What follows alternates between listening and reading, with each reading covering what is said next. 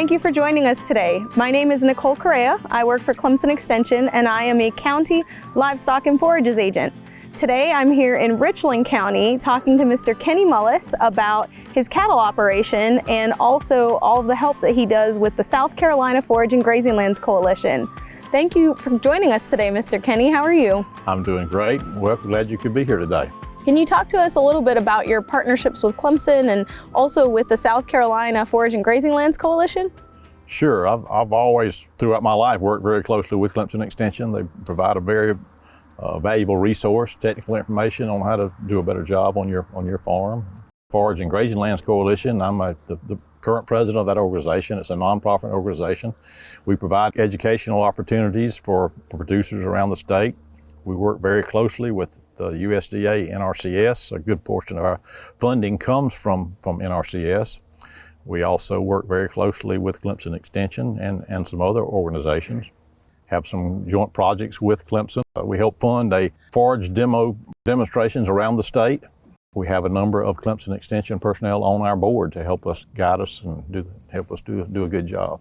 Yes, we sure do. There's a few of us there. We've got Dr. Sharko, Dr. Silva, Crystal Master, Mr. Brian Beer, and we appreciate all of the help from South Carolina Forage and Grazing for our demo plots. I've got one planted in Calhoun County right now.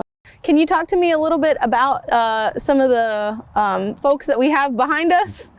Okay, these are all steers that I'm finishing for processing. They're various ages.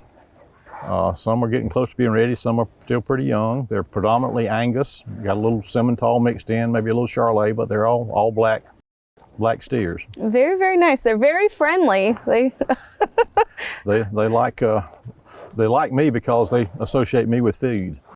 Can you talk to us a little bit about what the cattle are grazing behind us? If we're talking about winter grazing and winter demonstrations? Yeah, these are all winter annuals that I had planted back in November. They were planted a little late because of the drought in the fall.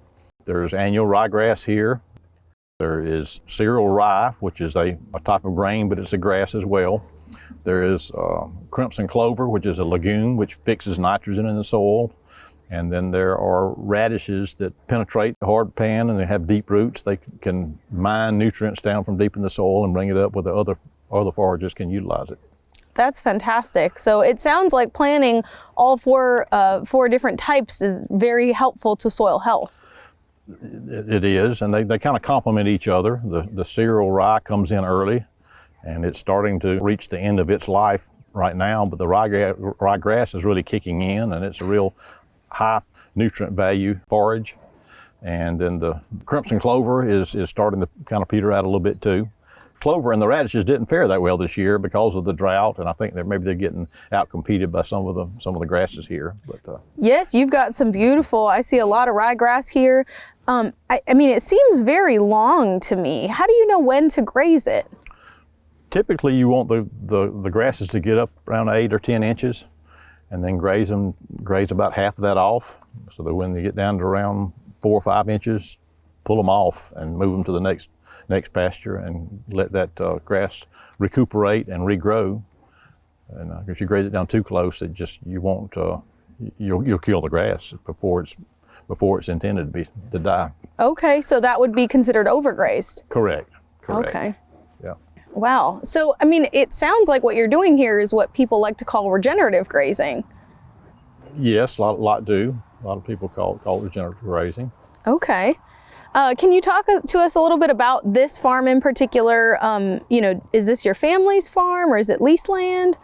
This is my family farm. My family's been here since well before the Civil War. My daughter lives on this farm. She's the 7th generation here. Sherman's troops actually came through here during the war and burnt the house that was here. Oh, wow. And then my great-grandfather built another house that's close by here that's been here since the early 1800s. And we use that house now for different family functions. Okay. And has it always been in farmland? It has. My grandfather, which is I have personal knowledge of what he did. The others, I'm not sure, but I know he had cotton back when cotton was the big king back in the 40s, and so a lot of this land was cleared and planted, and then after farming kind of took a lull. A lot of it was planted in pines, Okay. and then some of it has been reclaimed back into pasture land now. And I'm actually reclaiming some now around my home. So in South Carolina, I know a lot of folks feed hay. Is there a reason why you would choose to graze the land instead of feeding them hay? Well, generally grazing is a good bit cheaper than hay. When you're growing hay, you have to have a tractor and you have to bale it, rake it and bale it, and there's a lot of man hours involved. Here, the animals are doing the harvesting, so you don't have that cost. And they're also introducing manure and urine back into the soil, which is a natural source of fertilizer. Oh, that's fantastic. So what you're saying is what's best for animal welfare is actually fantastic for the land and for your pocketbook. Correct. Well, thank you again, Mr. Kenny, for having us today. We appreciate all of the hard work that you and your family do to, care for these cattle and care for the land around you. And we can't wait to come out and visit again in the future. Glad you could make it. And again, we really appreciate the partnership, working together to try to make things better for South Carolina.